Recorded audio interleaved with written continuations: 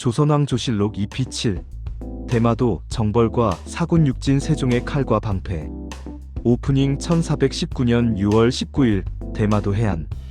나레이션 긴장감 있게. 1419년 6월 19일 새벽 4시 227척의 조선 수군이 대마도 해안에 나타났습니다. 병력 17,285명. 조선 역사상 최대 규모의 해외 원정이었습니다. 지휘관은 삼군도 채찰사 이종무. 목표는 단 하나. 왜구의 소굴 대마도를 초토화하는 것. 나레이션 더 빠르게. 대마도의 왜구들은 경악했습니다. 조선군이 쳐들어온다. 수백 년 동안 조선을 괴롭혔던 왜구들. 마을을 약탈하고 백성을 납치하고 곡식을 빼앗았던 그들. 이제 역습을 당할 차례였습니다. 새벽 5시 조선군이 상륙하기 시작했습니다. 함포가 불을 뿜었습니다. 화살이 빗발쳤습니다. 칼이 번뜩였습니다. 나레이션 더 강렬하게. 대마도는 불바다가 되었습니다. 왜구의 집이 불탔습니다. 왜구의 배가 파괴되었습니다. 왜구 114명이 전사했습니다. 조선군은 129척의 외선을 불태웠습니다. 1939채의 가옥을 파괴했습니다. 조선인 포로 131명을 구출했습니다. 그리고 중국인 포로 21명까지 구출했습니다. 대승리였습니다. 나레이션 침착하게. 그러나 이것은 시작에 불과했습니다. 조선군은 대마도를 점령하지 못하고 철수했습니다. 왜 점령하지 못했을까? 왜 2주만 있다가 돌아왔을까? 그리고 이 원정은 무엇을 의미했을까? 오늘은 세종시대의 영토 확장 이야기를 합니다. 남쪽의 대마도 정벌, 북쪽의 사군 육진 개척. 세종은 어떻게 조선의 국경을 확정했을까? 그 뒤에 숨겨진 희생과 갈등은 무엇이었을까?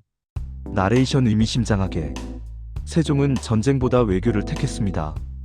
무력보다 회유를 택했습니다. 그러나 그 선택에도 수많은 피와 눈물이 있었습니다. 오늘 우리는 세종시대의 영토 정책을 낱낱이 밝힙니다. 교과서가 말하지 않은 진실. 성군의 칼과 방패. 제1장 왜구의 공포. 200년의 악몽. 나레이션. 왜구. 일본 해적들입니다. 그들은 언제부터 조선을 괴롭혔을까? 기록상 최초의 왜구 침입은 1223년입니다. 고려 고종 10년. 외선 수십 척이 금주기매를 습격했습니다. 이것이 시작이었습니다. 그러나 본격적인 공포는 13세기 후반부터였습니다. 1274년, 1281년 몽골의 일본 침공. 쿠빌라이 칸이 일본을 침공했습니다. 두 번 모두 실패했습니다. 태풍 가미카제의 몽골 함대를 파괴했습니다. 이후 일본은 보복을 시작했습니다. 고려가 몽골을 도왔다. 고려를 치자 왜구 침입이 급증했습니다. 1350년대부터 본격화. 왜구 침입이 연례 행사가 되었습니다. 매년 여러 차례 침입했습니다. 고려 해안 지역이 초토화되었습니다. 왜구의 전형적인 습격 패턴. 1단계 접근. 작고 빠른 배를 타고 왔습니다. 새벽이나 밤에 접근했습니다. 해안 막루를 피해 조용히 상륙했습니다. 2단계 급습. 마을을 급습했습니다. 칼을 휘두르며 사람들을 위협했습니다. 저항하는 사람은 죽였습니다. 3단계 약탈. 곡식을 빼앗았습니다. 쌀, 보리, 콩. 먹을 것은 다 가져갔습니다. 귀중품을 약탈했습니다. 금, 은, 비단. 가축을 몰고 갔습니다. 소, 말, 돼지. 4단계 납치. 젊은 남녀를 납치했습니다. 노예로 팔기 위해서였습니다.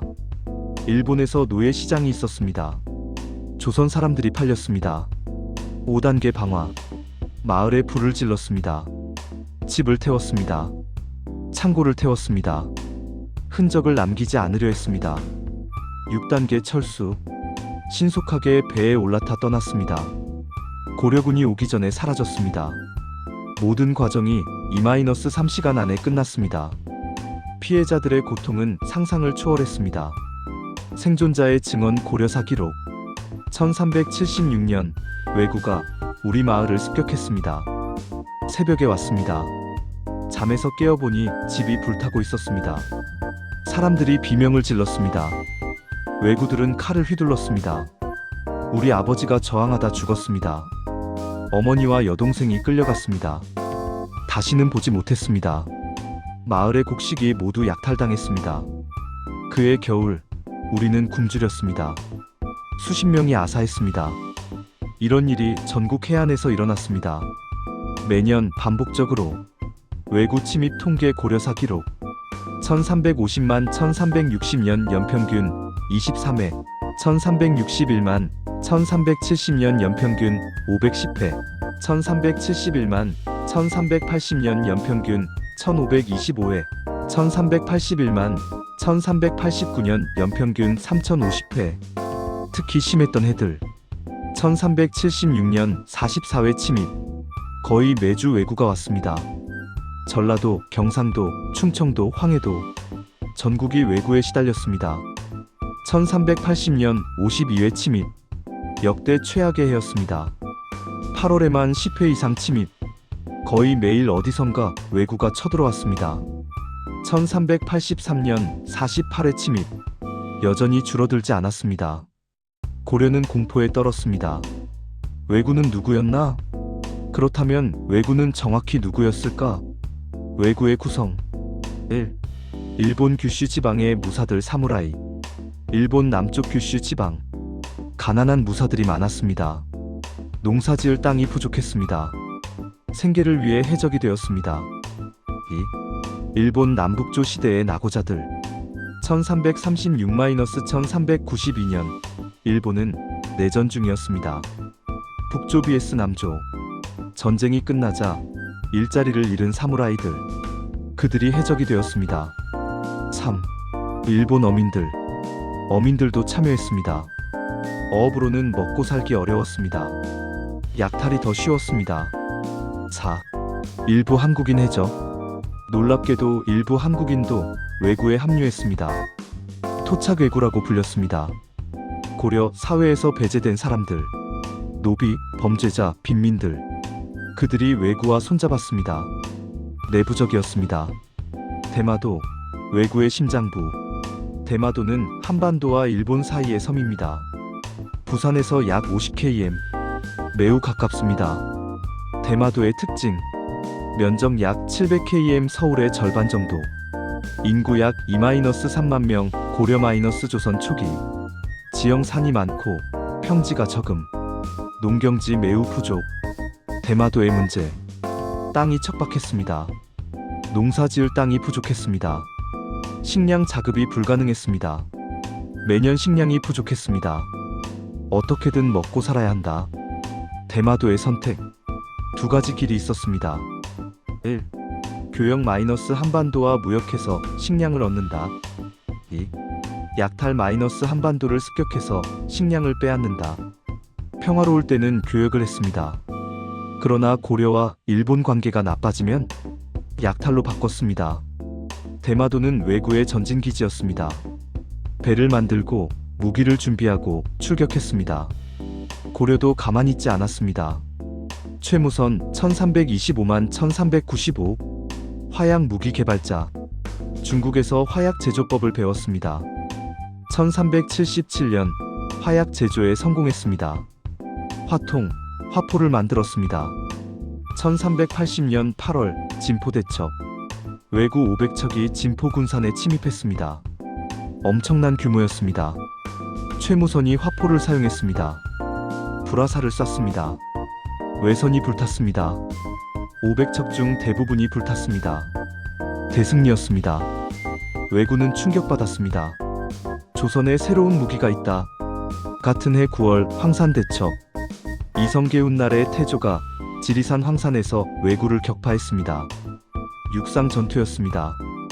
왜구 대부분을 섬멸했습니다. 고려는 반격하기 시작했습니다. 1392년 조선이 건국되었습니다. 태조 이성계는 왜구와 싸운 경험이 많았습니다. 왜구를 제압해야 한다. 그러나 내부 권력 다툼으로 바빴습니다. 왕자의 난 1398, 1400 왜구 문제는 후순위였습니다. 태종시대 1400만 1418 태종도 왜구를 경계했습니다. 해안 방어를 강화했습니다. 수군을 정비했습니다. 그러나 왜구는 여전히 침입했습니다. 규모는 줄었지만 계속되었습니다. 1419년 5월 결정적 사건. 비인현 충남 침입 사건. 왜구 수백 명이 비인현을 습격했습니다. 군창군대 창고를 불태웠습니다. 관할을 습격했습니다. 관리 수십 명을 죽였습니다. 백성 100여 명을 납치했습니다. 조정이 발칵 뒤집혔습니다.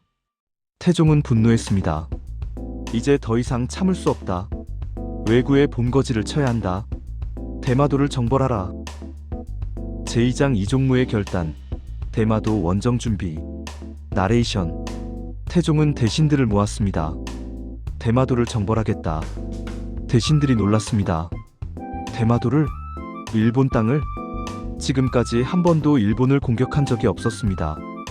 방어만 했습니다. 이제 공격으로 나간다? 위험한 모험이었습니다. 반대파의 주장. 좌이정 박은이 말했습니다. 주상, 신중해야 합니다. 대마도를 치는 것은 일본을 치는 것입니다. 일본이 보복할 수 있습니다. 전면전으로 확대될 수 있습니다. 우리가 감당할 수 있겠습니까? 우의정 의원도 동조했습니다. 대마도는 험난합니다. 산이 많고 지형을 모릅니다. 적의 본거지에서 싸우는 것은 위험합니다. 찬성파의 주장. 병조판서 조말생이 반박했습니다. 그렇다면 언제까지 당하고만 있겠습니까? 왜구는 계속 침입합니다. 우리 백성이 죽고 납치되고 약탈당합니다. 근본적으로 해결해야 합니다. 예조판서 신상이 덧붙였습니다. 대마도를 응징하면 왜구가 겁을 먹을 것입니다. 다시는 함부로 침입하지 못할 것입니다. 태종의 결단. 태종은 들었습니다. 그리고 말했습니다. 경들의 말을 다 들었다. 위험하다는 것도 안다. 그러나 해야 한다. 백성을 보호하는 것이 왕의 의무다. 대마도를 정벌한다. 누가 지휘할 것인가? 이종무의 등장. 이종무 1360만 1425. 59살의 노장. 경험 많은 무장이었습니다. 이종무의 이력. 고려 말부터 왜구와 싸움. 1380년 황산대첩에 참여. 1383년 관음포 전투에서 왜구 격퇴. 태조의 위화도 회군에 참여. 1차, 2차 왕자의 난에서 태종 지지. 태종의 신임을 받는 장군. 태종은 이종무를 불렀습니다. 이종무, 네가 대마도 원정을 지휘하라. 이종무는 무릎을 꿇었습니다. 명을 받들겠습니다. 그러나 내심 걱정이 많았습니다. 대마도 쉽지 않을 것이다. 1419년 5, 6월 원정 준비. 한 달 동안 준비했습니다. 1. 병력 징집. 전국에서 병사를 모았습니다. 수군과 육군. 총 1만 7,285명. 정예병들을 선발했습니다. 왜구와 싸워본 경험자 우선. 2. 전선 확보. 배 227척을 모았습니다. 전선 전투용 큰 배, 병선 병사 수송용 배, 량선 식량 수송용 배, 전국의 배를 긁어 모았습니다. 3. 무기 준비. 화포 100문 이상, 화살 수만 발, 칼, 창, 갑옷, 최무선이 개발한 화기들. 4. 식량 보급. 1만 7천명이 최소 2주 먹을 식량, 쌀, 된장, 소금, 막대한 양이었습니다. 5. 정보 수집. 대마도에 대한 정보를 모았습니다. 대마도의 지형은? 적의 병력은? 대마도주는 누구인가? 첩자를 보냈습니다. 귀화한 일본인에게 물었습니다. 대마도와 교역한 상인들에게 물었습니다. 이종무의 작전 계획. 이종무는 작전을 세웠습니다. 작전 목표. 1차 목표 왜구 소탕. 2차 목표 조선인 포로 구출. 3차 목표 왜구 거점 파괴. 중요 대마도 점령은 목표가 아님. 왜? 점령하려면 장기 주둔이 필요합니다. 보급이 어렵습니다. 일본 본토에서 증원군이 올 수 있습니다. 현실적으로 불가능합니다. 목표는 응징입니다. 다시는 조선을 침범하지 마라. 는 경고. 작전 계획. 1단계 기습 상륙. 새벽에 접근. 적이 대비하기 전에 상륙. 2단계 신속한 공격. 상륙 즉시 외구 거점 공격. 마을, 창고, 선착장 파괴. 3단계 포로 구출. 조선인 포로를 찾아 구출. 4단계 빠른 철수. 일본 본토에서 증원군이 오기 전에 철수. 2주 이내에 모든 작전 완료. 간결하고 명확한 계획이었습니다. 1419년 6월 초 함대가 출발했습니다. 한성에서 출발한 것이 아닙니다. 경상도 거제도에 집결했습니다. 대마도와 가장 가까운 곳. 6월 17일 거제도 출발. 227척의 거대한 함대. 17,285명의 병사, 장관이었습니다. 백성들이 해안에 나와 환송했습니다. 왜구를 물리쳐 주십시오. 병사들은 각오를 다졌습니다. 우리가 왜구를 응징한다. 백성을 구한다. 그러나 내심 두려움도 있었습니다. 살아 돌아올 수 있을까? 적의 본거지로 들어가는 것입니다. 목숨을 건 싸움이었습니다. 좋아요 및 구독 멘트, 나레이션. 여러분, 대마도 원정의 준비 과정, 긴장감이 느껴지시나요? 200년 동안 조선을 괴롭힌 왜구에게 마침내 반격하는 순간입니다. 이 역사적인 이야기가 흥미로우셨다면 좋아요 버튼을 눌러주세요. 구독과 알림 설정도 꼭 해주세요. 이제 본격적인 전투가 시작됩니다. 대마도에서 무슨 일이 벌어졌을까요? 계속 시청해주세요. 제3장 기해동정, 7일간의 전투 기록. 나레이션. 6월 18일 밤 조선 함대가 대마도 인근 해상에 도착했습니다. 밤을 이용해 접근했습니다. 적에게 들키지 않으려고. 병사들은 긴장했습니다. 갑옷을 입었습니다. 무기를 점검했습니다. 내일 새벽이면 전투가 시작됩니다. 이종무는 마지막 점검을 했습니다. 준비되었는가? 예, 장군님. 좋다. 왜구를 응징한다. 그러나 무고한 백성은 해치지 마라. 명심하겠습니다. 6월 19일 새벽 4시. 아직 어둡습니다. 이종무가 명령했습니다. 상륙 개시. 227척의 배에서 병사들이 내렸습니다. 17,285명이 대마도 해안에 상륙했습니다. 조용히 그러나 신속하게. 새벽 5시 해가 떠오르기 시작했습니다. 대마도 사람들이 깨어났습니다. 무슨 소리지? 밖을 보았습니다. 경악했습니다. 조선군이다. 조선군이 쳐들어왔다. 공포와 혼란. 오전 6시 본격적인 공격 시작. 조선군은 세 방향으로 나뉘었습니다. 좌군 5,000명. 서쪽 해안마을 공격. 왜구들의 집을 불태웠습니다. 저항하는 왜구를 격퇴했습니다. 중군 7,285명. 중앙 본진. 이종무가 직접 지휘. 대마도의 중심부로 진격. 우군 5,000명. 동쪽 해안 공격. 외선이 정박한 포구를 목표로. 좌군의 전투. 좌군 지휘관 박실이 보고했습니다. 왜구 마을을 발견했습니다. 공격. 화포가 불을 뿜었습니다. 쾅! 쾅! 왜구들의 집이 무너졌습니다. 화살이 빗발쳤습니다. 왜구들이 저항했습니다. 칼을 들고 덤벼들었습니다. 조선군과 왜구가 격돌했습니다. 칼과 칼이 부딪혔습니다. 비명과 함성. 30분간의 치열한 전투. 왜구가 패했습니다. 도망쳤습니다. 조선군이 마을을 점령했습니다. 불을 질렀습니다. 가옥 500여 채가 불탔습니다. 우군의 전투. 우군 지휘관 김유손이 포구에 도착했습니다. 외선들이다. 수십 척의 외선이 정박해 있었습니다. 왜구들이 배를 지키려 했습니다. 격렬한 전투가 벌어졌습니다. 조선군이 우세했습니다. 왜구를 물리쳤습니다. 그리고 불화살을 쐈습니다. 휙! 휙! 불화살이 외선에 꽂혔습니다. 배가 불탔습니다.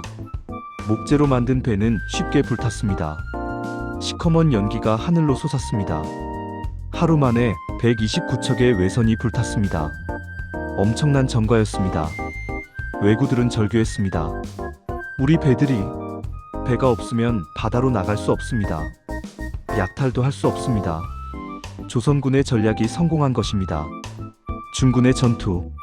이종무는 중앙으로 진격했습니다. 대마도주의 거처를 찾아 대마도주 소사다시계 1385년생 당시 34세 대마도의 지배자. 그가 왜구를 묵인하고 때로는 조종했습니다. 그를 잡아야 했습니다. 이종무는 진격했습니다. 도중에 여러 왜구 무리와 조우했습니다. 전투가 벌어졌습니다. 조선군이 승리했습니다. 왜구 수십 명을 사살했습니다. 계속 진격했습니다. 그러나 소사다시계는 없었습니다. 대마도주는 어디에 있는가? 산속으로 도망갔습니다. 소사다시계는 이미 도망쳤습니다. 조선군이 온다는 것을 알고 산속으로 피신했습니다. 산은 깊고 험했습니다. 추적이 어려웠습니다. 이종무는 고민했습니다. 산속까지 쫓아가야 하는가? 포로 구출. 조선군은 포로를 찾았습니다. 왜구들이 납치했던 조선 백성들. 여기저기 흩어져 있었습니다. 노예로 일하고 있었습니다. 조선군이 그들을 발견했습니다. 조선군이다. 우리를 구하러 왔다. 포로들이 울었습니다. 기쁨의 눈물. 조선군이 그들을 풀어주었습니다. 이제 안전합니다. 고향으로 돌아갈 수 있습니다. 총 131명의 조선인 포로를 구출했습니다. 남자 80명, 여자 35명, 아이 16명. 그들은 몇 년 동안 대마도에 붙잡혀 있었습니다. 고향 생각에 울었습니다. 가족 생각에 울었습니다. 이제 돌아갈 수 있습니다. 놀랍게도 중국인 포로 21명도 구출했습니다. 왜구는 중국 해안도 약탈했습니다. 중국인들도 납치했습니다. 그들도 함께 구출했습니다. 감사합니다, 조선군. 명나라에 좋은 인상을 줄 수 있었습니다. 6월 2025일 계속되는 작전. 다음 며칠 동안 조선군은 계속 작전을 수행했습니다. 6월 20일 서쪽 지역 소탕, 왜구 마을 추가 파괴, 가옥 400여 채 불태움. 6월 21일 동쪽 지역 소탕, 왜구 은신처 발견, 격전 끝에 격퇴. 6월 22-24일 대마도 전역 수색. 대마도주를 찾으려 했으나 실패. 추가로 왜구 부락 파괴. 총 가옥 파괴수 1939채. 전투 피해 조선군 전사 180명, 부상 200여 명. 왜구 전사 114명 확인된 수. 추정 사상자 수백 명. 생포 21명. 이종무의 고민 철수 결정. 6월 24일 이종무의 고민. 일주일이 지났습니다. 목표는 대부분 달성했습니다. 왜구 거점 파괴 성공, 외선 파괴 성공, 포로 구출 성공. 그러나 대마도주를 잡지 못했습니다. 계속 추격해야 할까? 철수를 고려하는 이유. 1. 보급 문제. 식량이 떨어지고 있었습니다. 17,285명이 일주일 동안 먹었습니다. 남은 식량 일주일치. 대마도에서 식량을 구할 수 없었습니다. 대마도는 원래 가난한 섬. 조선군이 마을을 불태워서 더더욱 없음. 보급선을 불러야 하는가? 그러나 시간이 걸린다. 2. 일본 본토의 위협. 일본 본토에서 증원군이 올 수 있었습니다. 소식을 들었을 것입니다. 대마도가 조선군에게 공격받고 있다. 규슈 지방의 다이묘 영주들이 군대를 보낼 수 있습니다. 만약 수천, 수만 명이 온다면 조선군이 포위될 수 있습니다. 3. 목표 달성. 사실상 목표는 달성했습니다. 왜구에게 충분한 타격을 주었습니다. 대마도는 초토화되었습니다. 배가 없어 당분간 약탈도 못합니다. 경고 효과는 충분합니다. 4. 점령 불가능. 대마도를 점령하려면 수만 명의 병력이 장기 주둔해야 합니다. 보급선이 계속 와야 합니다. 막대한 비용입니다. 현실적으로 불가능합니다. 이종무는 결정했습니다. 철수한다. 6월 26일 조선군 철수. 일주일 만입니다. 이종무는 대마도에 메시지를 남겼습니다. 대마도주가 숨어있는 산을 향해 외쳤습니다. 대마도주여, 들으시오. 오늘 우리는 철수합니다. 그러나 기억하시오. 다시 조선을 침범하면 우리는 다시 올 것이오. 그때는 더 크게, 더 강하게 올 것이오. 선택은 그대에게 있어. 평화냐 전쟁이냐? 메시지를 전한 후 철수했습니다. 227척의 배에 17,285명이 탑승했습니다. 그리고 131명의 조선 포로들, 21명의 중국 포로들, 배가 출발했습니다. 대마도가 멀어졌습니다. 불타고 파괴된 대마도. 병사들은 안도했습니다. 살아서 돌아간다. 승리의 기쁨. 6월 말 한성 귀환. 함대가 한성으로 돌아왔습니다. 백성들이 환호했습니다. 대마도를 정벌했다. 왜구를 물리쳤다. 거리에 사람들이 가득했습니다. 이종무와 병사들은 영웅 대접을 받았습니다. 태종이 이종무를 불렀습니다. 이종무 큰 공을 세웠다. 경을 포상한다. 이종무는 무릎을 꿇었습니다. 황공무지하옵니다. 주상. 포상. 이종무 1등 공신, 자기 상승. 주요 장수들 승진, 토지하사. 병사들 포상금 지급. 조선은 자신감을 얻었습니다. 우리도 일본을 칠 수 있다. 그러나 문제는 끝나지 않았습니다. 제4장 개해약조, 전쟁에서 외교로. 나레이션. 대마도는 황폐해졌습니다. 가옥의 절반이 불탔습니다. 배가 거의 다 파괴되었습니다. 식량 창고가 불탔습니다. 대마도 사람들은 굶주렸습니다. 겨울이 왔습니다. 1419만 1420년 겨울은 지옥이었습니다. 먹을 것이 없었습니다. 집이 없었습니다. 수백 명이 굶어 죽고 얼어 죽었습니다. 대마도주 소사다시계의 고민. 어떻게 해야 하나? 두 가지 선택지가 있었습니다. 선택 1 복수. 다시 조선을 공격한다. 배를 다시 만든다. 군사를 모은다. 조선에 보복한다. 그러나 가능한가? 배를 만들 재목이 부족합니다. 군사들도 지쳤습니다. 다시 공격하면 조선이 또 올 것입니다. 이번에는 더 크게 올 것입니다. 대마도가 완전히 멸망할 수 있습니다. 선택 2 항복. 조선에 항복한다. 사과한다. 평화를 구한다. 교역을 요청한다. 굴욕적이지만 살아남을 수 있습니다. 소사다시계는 고민 끝에 결정했습니다. 항복. 생존이 우선입니다. 1420년 1월 대마도가 조선에 사신을 보냈습니다. 사신이 태종 앞에 무릎을 꿇었습니다. 대마도주 소사다시계의 명을 받들어 왔습니다. 대마도주께서 조선을 침범한 것을 깊이 사과합니다. 왜구들이 조선을 괴롭힌 것을 용서해 주십시오. 앞으로는 조선을 침범하지 않겠습니다. 대신 교역을 허락해 주십시오. 대마도는 가난합니다. 땅이 척박하여 식량이 부족합니다. 조선과 무역을 하지 않으면 백성들이 굶어 죽습니다. 자비를 베풀어 주십시오. 태종은 대신들과 논의했습니다. 강경파의 주장. 병조판서 조말생. 대마도를 믿을 수 없습니다. 지금은 약해서 항복하지만 힘을 회복하면 다시 배신할 것입니다. 교역을 허락하면 안 됩니다. 계속 압박해야 합니다. 형조판서. 왜구들은 약속을 지키지 않습니다. 역사가 증명합니다. 수십 년 동안 우리를 괴롭혔습니다. 이번 기회에 완전히 짓밟아야 합니다. 온건파의 주장. 좌이정박은. 대마도를 완전히 멸망시킬 수는 없습니다. 그들도 먹고 살아야 합니다. 교역을 허락하되 조건을 달아야 합니다.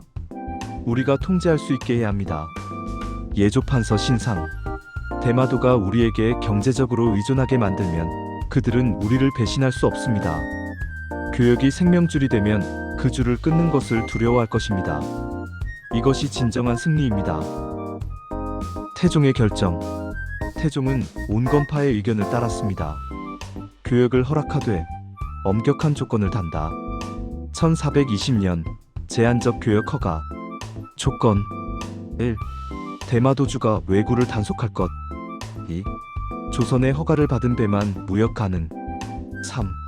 지정된 항구에서만 교역. 4. 조선이 언제든 중단할 수 있음.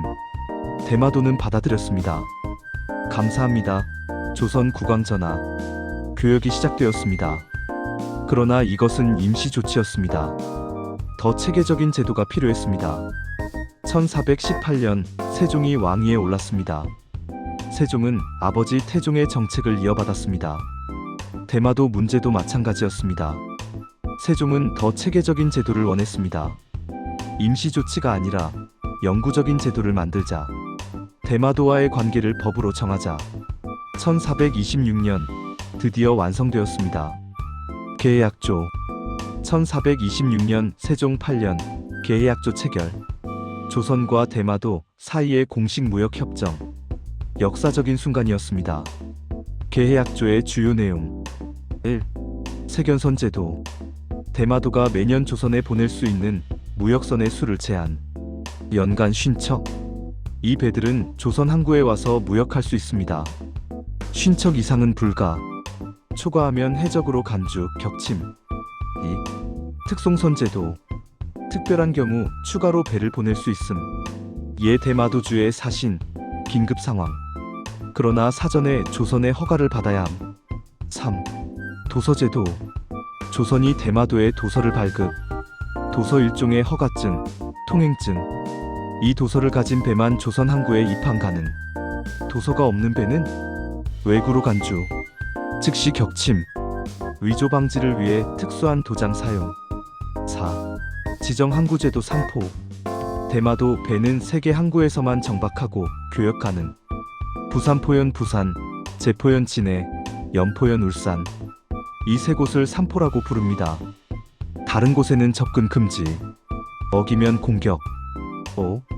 외관 설치. 3포에 외관을 설치. 대마도 사람들이 머물 수 있는 거주지. 그러나 외관 밖으로 나갈 수 없음. 조선 내지로 들어갈 수 없음. 격리 수용. 6. 무역 품목 제한. 대마도가 가져올 수 있는 물품. 일본 특산품 구리, 유황, 후추, 약재. 곡물 토산품. 조선이 제공하는 물품. 쌀, 콩 매년 일정량 제공. 면포, 인삼. 서적 일부 허용. 무기는 교역 금지. 7. 외구 단속 의무. 대마도주는 외구를 단속할 의무. 만약 외구가 조선을 침범하면 대마도의 책임. 교역 중단. 때로는 군사적 응징. 대마도주는 외구를 막아야 합니다. 자신의 이익을 위해서라도. 계해약조는 대성공이었습니다. 외구 침입 급감. 통계. 1426년 이전 연평균 5-10회, 1426년 이후 연평균 0-1회. 거의 사라졌습니다. 이유. 1. 경제적 이익. 대마도는 조선과의 교역으로 큰 이익을 얻었습니다. 매년 쌀 200석, 콩 100석을 받았습니다. 대마도 백성들이 먹고 살 수 있었습니다. 추가로 무역으로 이익을 남겼습니다. 조선 물품 면포, 인삼을 일본 본토에 팔았습니다. 막대한 수익. 약탈보다 교역이 훨씬 낫다. 2. 대마도주의 통제. 소사다시계는 왜구를 적극 단속했습니다. 조선을 침범하지 마라. 우리의 생명줄이 끊긴다. 왜구들도 이해했습니다. 대마도주의 말을 들어야 한다.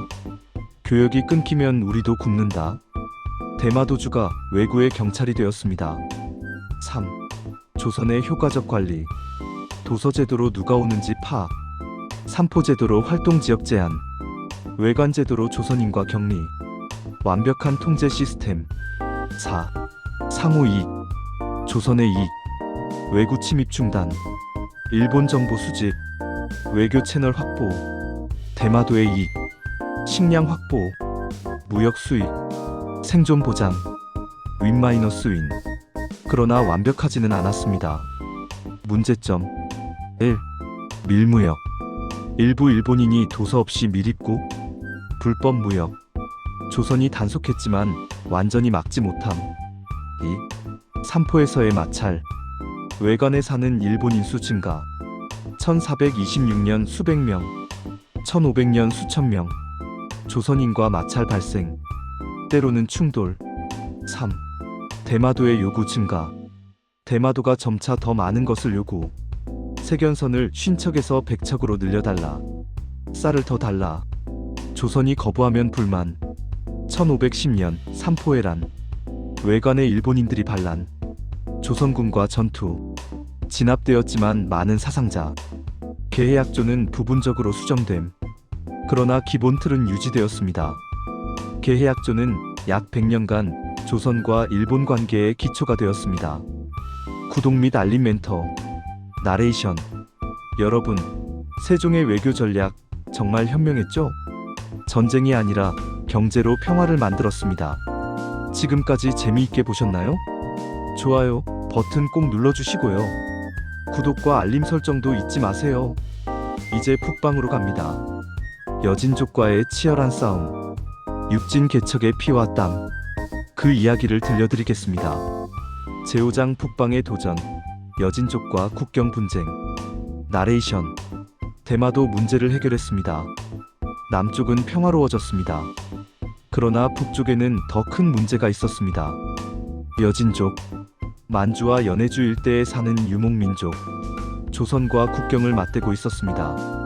그런데 문제가 있었습니다. 국경선이 명확하지 않았습니다. 조선 건국 당시 1392년 북방 상황. 조선은 주장했습니다. 압록강과 두만강이 우리 국경이다. 그러나 현실은 달랐습니다. 조선이 실제로 통제하는 지역은 압록강에서 남쪽으로 10만 200km, 두만강에서 남쪽으로 10만 200km, 강유역은 통제하지 못했습니다. 여진족이 강남쪽까지 내려와 살았습니다. 이 땅은 우리 땅이다. 조선인 마을과 여진족 마을이 섞여 있었습니다. 충돌이 잦았습니다. 여진족의 정체, 퉁구스계 민족, 만주, 연해주, 시베리아 동부의 거주, 인구 수십만 명, 정확한 통계 없음, 생활방식, 유목말, 양, 소를 키움, 수렵 사슴, 곰, 호랑이를 사냥, 어업강에서 물고기를 잡음, 일부 농경조, 수수재배. 특징, 말을 잘 탐, 활을 잘 쏨, 기마전술이 뛰어남, 용맹한 전사들. 정치 구조, 통일된 국가가 없었습니다. 부족 단위로 살았습니다. 각 부족이 추장이 있었습니다. 부족 간 연합도 있었지만 느슨했습니다. 주요 부족, 건주여진 만주 동남부, 해서여진 요동 지방, 야인여진 만주 북부, 시베리아. 수십 개의 크고 작은 부족. 조선과 여진의 관계는 복잡했습니다. 우호적인 여진족, 일부 여진 부족은 조선과 우호적이었습니다. 조선에 복속했습니다. 우리는 조선의 신하다. 조선 관직을 받았습니다. 만호, 천호 등 조선으로부터 식량, 옷감을 받았습니다. 조선과 교역했습니다. 평화로웠습니다. 적대적인 여진족, 일부 여진 부족은 조선을 적대했습니다. 조선이 우리 땅을 침범한다. 조선 마을을 습격했습니다. 백성을 납치했습니다. 가축을 약탈했습니다. 조선군과 전투했습니다. 중립적인 여진족, 일부는 중립을 지켰습니다. 조선과도 싸우지 않고 명나라와도 싸우지 않고 자기들끼리 살았습니다. 이 세 부류가 섞여 있었습니다. 복잡했습니다. 태종 세종 초기 1410만 1420년대 북방에서 계속 충돌이 있었습니다.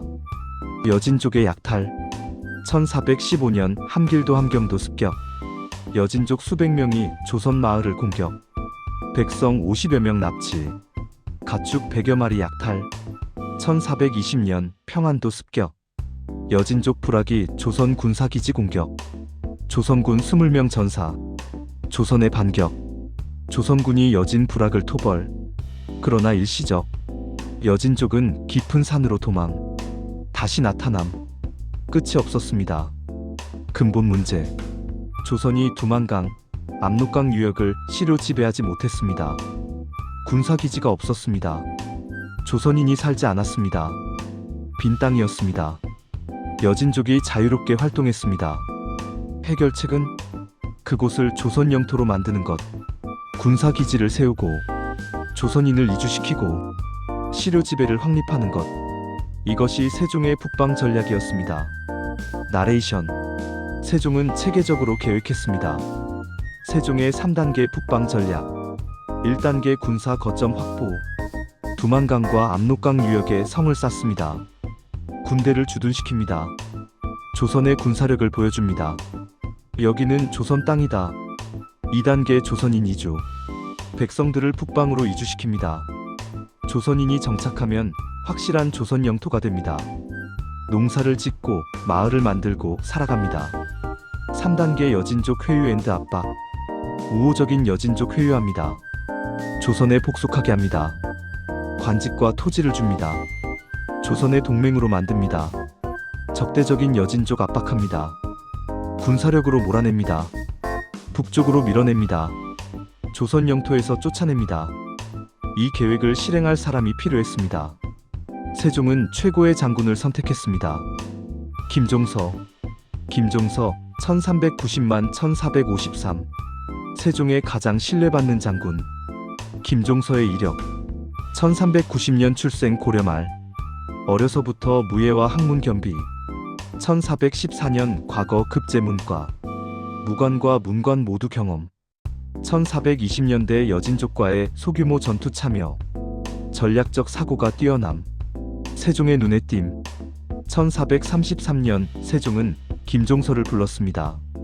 김종서, 중대한 임무를 맡기겠다. 함길도 관찰사가 되어 북방을 개척하라. 두만강까지 우리 땅으로 만들어라. 김종서는 무릎을 꿇었습니다. 성은이 망극하옵니다. 명을 받들어 반드시 성공하겠습니다. 43살의 김종서. 인생 최대의 임무를 받았습니다. 이것이 육진 개척의 시작이었습니다. 제6장 육진 개척. 16년의 대장정. 나레이션. 1433년 봄. 김종서가 함길도에 도착했습니다. 함길도는 조선 최북단, 지금의 함경도입니다. 추웠습니다. 황량했습니다. 김종서는 현지 상황을 조사했습니다. 김종서가 본 함길도. 두만강 이남 100km 지역만 조선이 통제. 두만강 유역은 여진족이 장악. 조선 백성들이 여진족을 두려워함. 군사기지가 부족함. 병력이 부족함. 약 3,000명. 보급이 어려움. 서울에서 너무 먼. 쉽지 않겠구나. 김종서는 한숨을 쉬었습니다. 그러나 포기하지 않았습니다. 계획을 세웠습니다. 김종서의 육진 개척 계획. 목표. 두만강 유역에 6개의 군사거점을 만든다.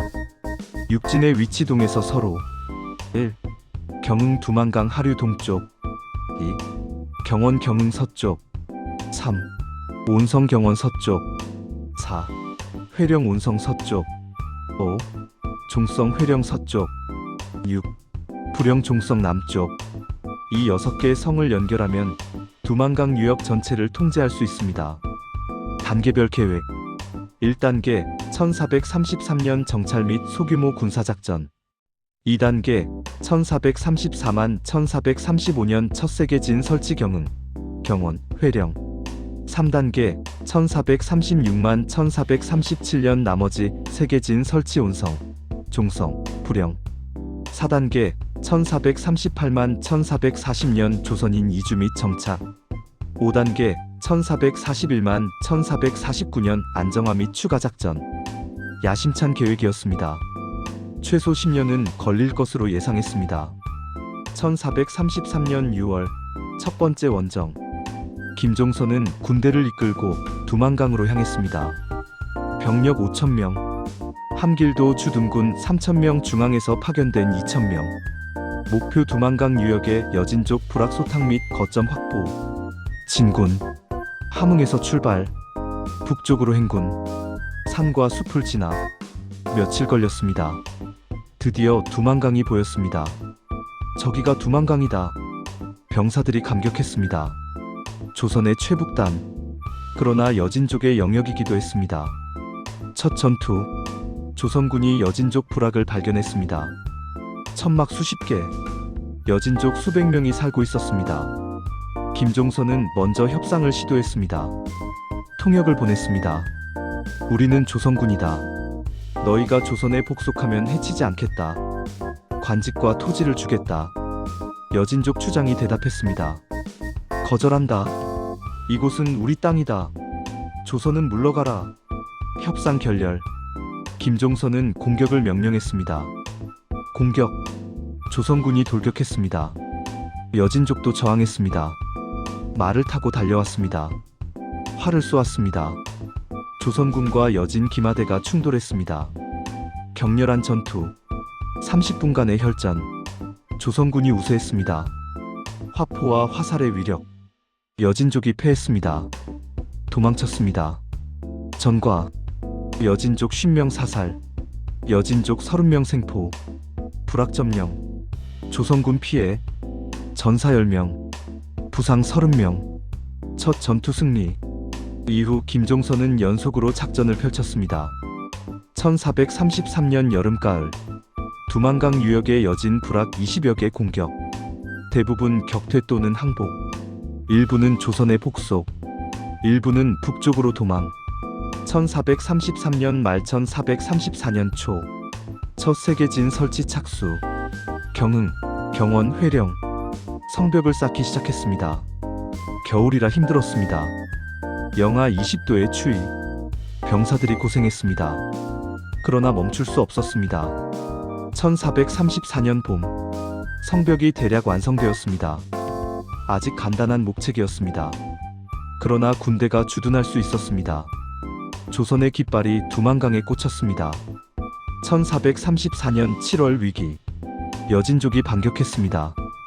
여러 부족이 연합했습니다. 조선을 몰아내자 총 2,000명 이상의 여진 연합군, 회령을 공격했습니다. 조선군은 500명, 40일의 열세. 김종선은 회령에 없었습니다. 경흥에 있었습니다. 급보를 받았습니다. 회령이 공격받고 있습니다. 김종선은 즉시 출발했습니다. 회령을 구한다. 원군 1000명을 이끌고 달렸습니다.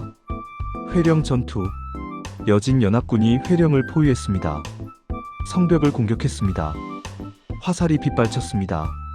조선군 수비대가 필사적으로 방어했습니다. 버텨라. 원군이 온다. 성벽 위에서 화살을 쏘았습니다. 돌을 던졌습니다. 여진군이 사다리를 타고 올라왔습니다. 성벽 위에서 백병전, 칼과 창이 부딪혔습니다. 피가 튀었습니다. 비명과 함성, 조선군이 밀리기 시작했습니다. 위험하다. 바로 그때 원군이다. 김종서의 원군이 도착했습니다. 1000명의 기병과 보병, 여진군의 후방을 공격했습니다. 공격, 여진군이 놀랐습니다. 후방이다. 혼란에 빠졌습니다. 조선군이 반격했습니다. 성문이 열렸습니다. 수비대가 출격했습니다. 김종서의 원군과 협공, 여진군이 무너졌습니다. 도망쳤습니다. 조선군의 승리. 1435만 1437년, 나머지 진 설치. 위기를 넘겼습니다. 김종선은 계획을 계속 추진했습니다. 1435만 1436년, 나머지 세계진 설치. 온성, 종성, 부령, 더 많은 병력을 투입했습니다. 중앙에서 5,000명 추가 파견, 총병력 1만 명 이상. 더 빠르게 진행되었습니다. 1437년 가을, 육진 완성. 김종서가 함길도에 부임한 지 4년 반. 드디어 6개의 군사 거점이 완성되었습니다. 종성, 온성, 회령, 경원, 경흥, 부령, 두만강 유역을 잇는 방어선. 조선군 총 1만 2,000명 주둔. 세종은 기뻐했습니다. 김종서 대단하다. 그러나 김종서는 알았습니다.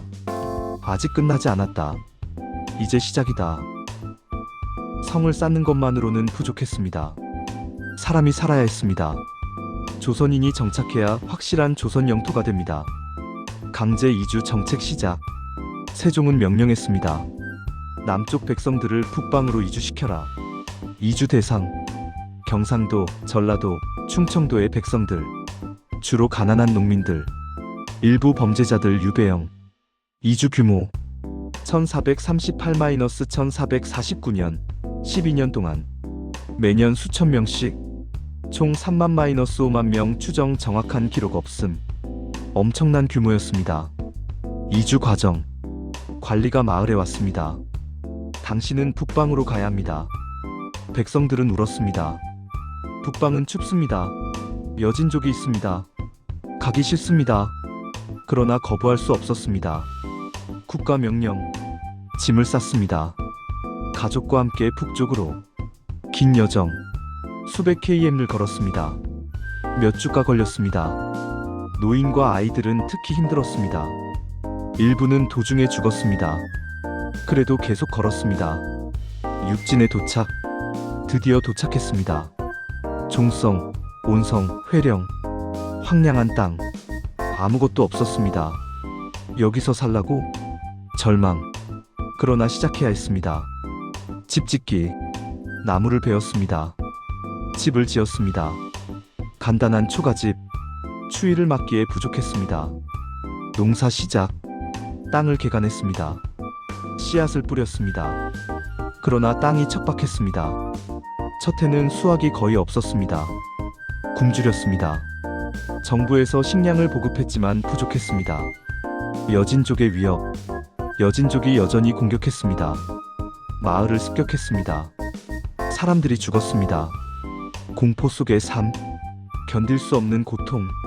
1440년 이주민들이 탄원했습니다. 고향으로 돌아가게 해주십시오. 세종에게 상소를 올렸습니다.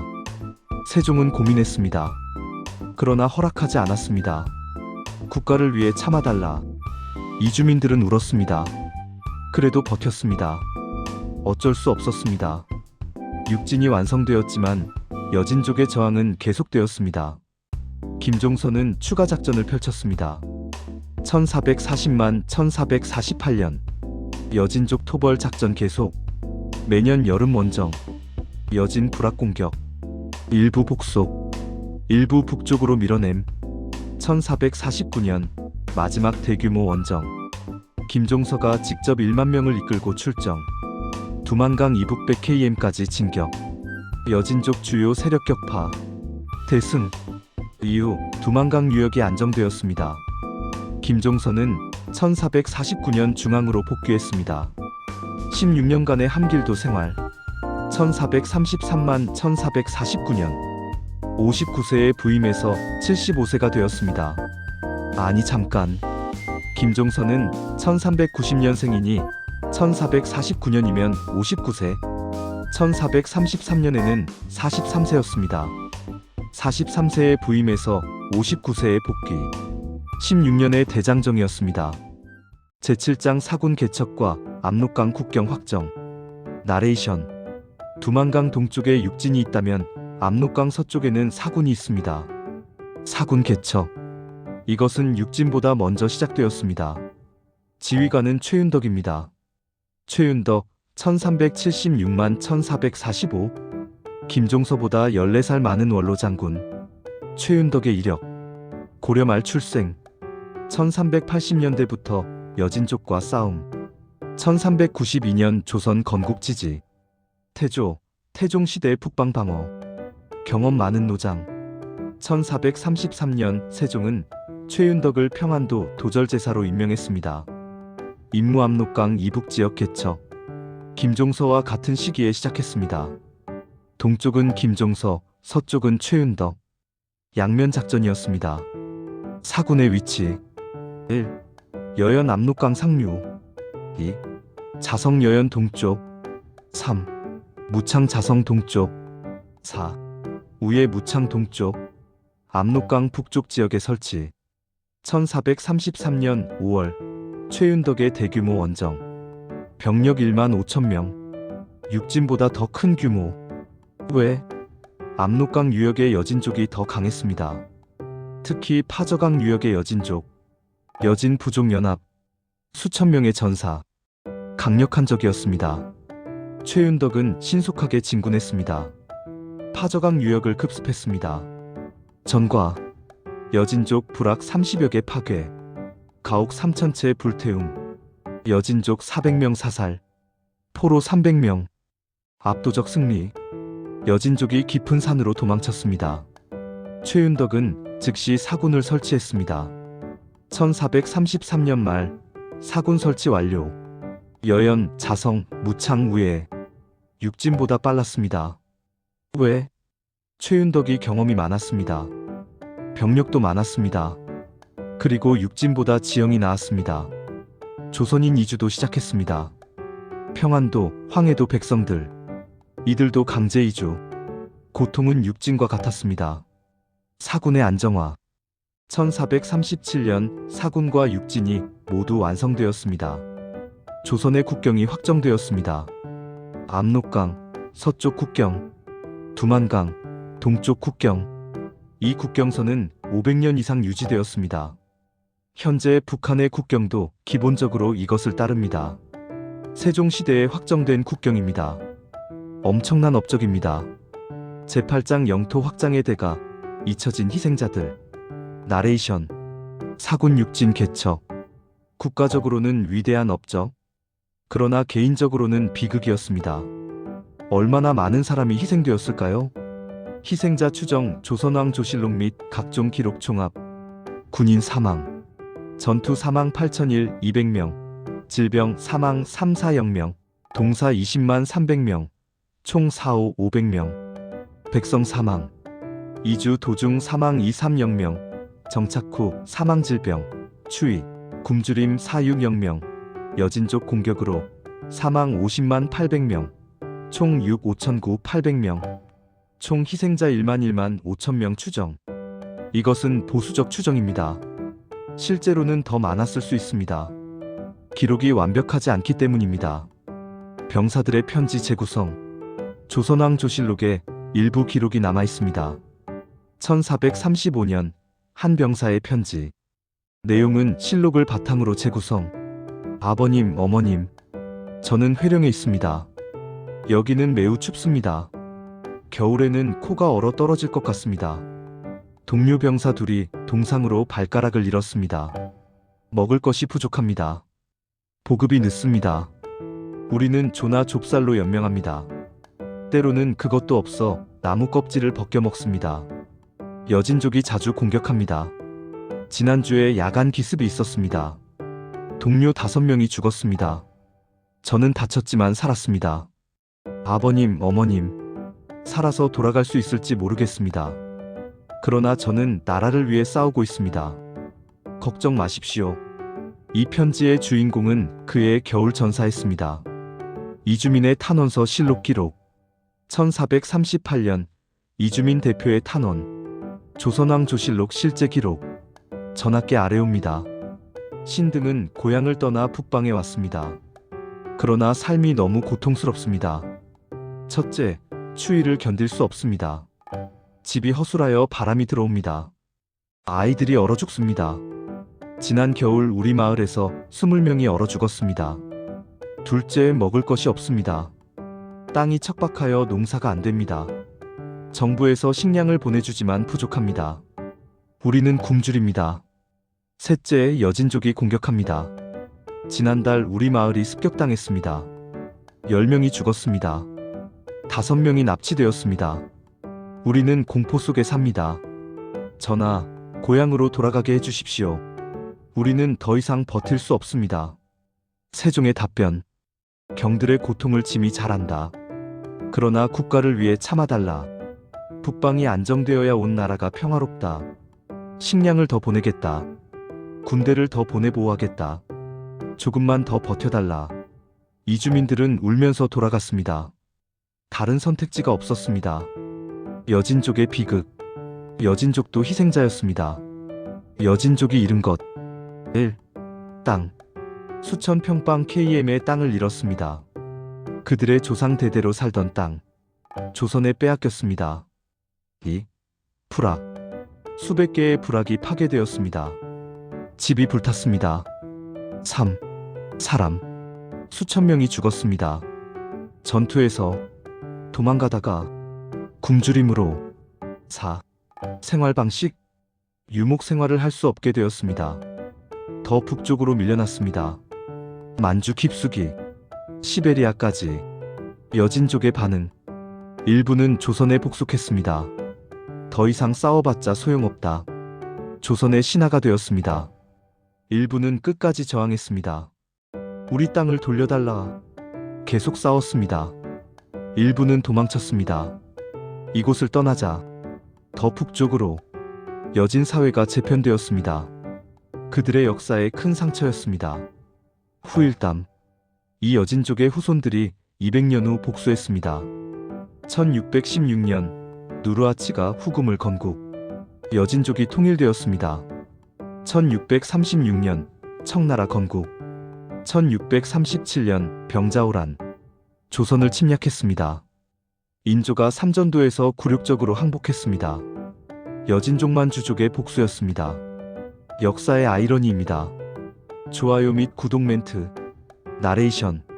여러분, 사군육진 개척, 정말 복잡한 역사죠? 승리와 비극이 공존합니다. 영광과 희생이 함께 있습니다. 이 깊이 있는 역사 이야기가 의미 있으셨나요? 좋아요 버튼 눌러주시고요. 구독과 알림 설정도 꼭 해주세요. 댓글로 여러분의 생각도 들려주세요. 영토 확장, 정당했을까요? 이제 마지막 정리로 갑니다. 엔딩 및 총정리. 나레이션 감성적으로. 세종대왕. 우리는 그를 한글을 만든 문화의 왕으로 기억합니다. 그러나 세종은 전사이기도 했습니다. 칼과 방패를 든 왕. 오늘 우리는 그 이야기를 했습니다. 1419년 대마도 정벌 장면. 1419년 대마도 정벌. 227척의 함대. 17,285명의 병사. 왜구의 소굴을 초토화했습니다. 그러나 점령하지 않았습니다. 외교로 전환했습니다. 1426년 계해약조. 전쟁이 아니라 경제로 평화를 만들었습니다. 세종의 지혜였습니다. 사군육진지도. 1433만 1449년 사군육진 개척. 16년간의 대장정. 김종서와 최윤덕이 북방을 개척했습니다. 압록강과 두만강을 국경으로 확정했습니다. 이 국경은 600년간 유지되었습니다.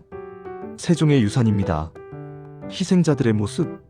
그러나 그 뒤에는 수많은 희생이 있었습니다. 병사 5,000명 이상 전사. 백성 1만 명 가까이 사망. 여진족 수천 명 죽고 땅을 잃었습니다. 모두 역사의 희생자들입니다. 우리는 이것을 기억해야 합니다. 현대 한반도 국경선.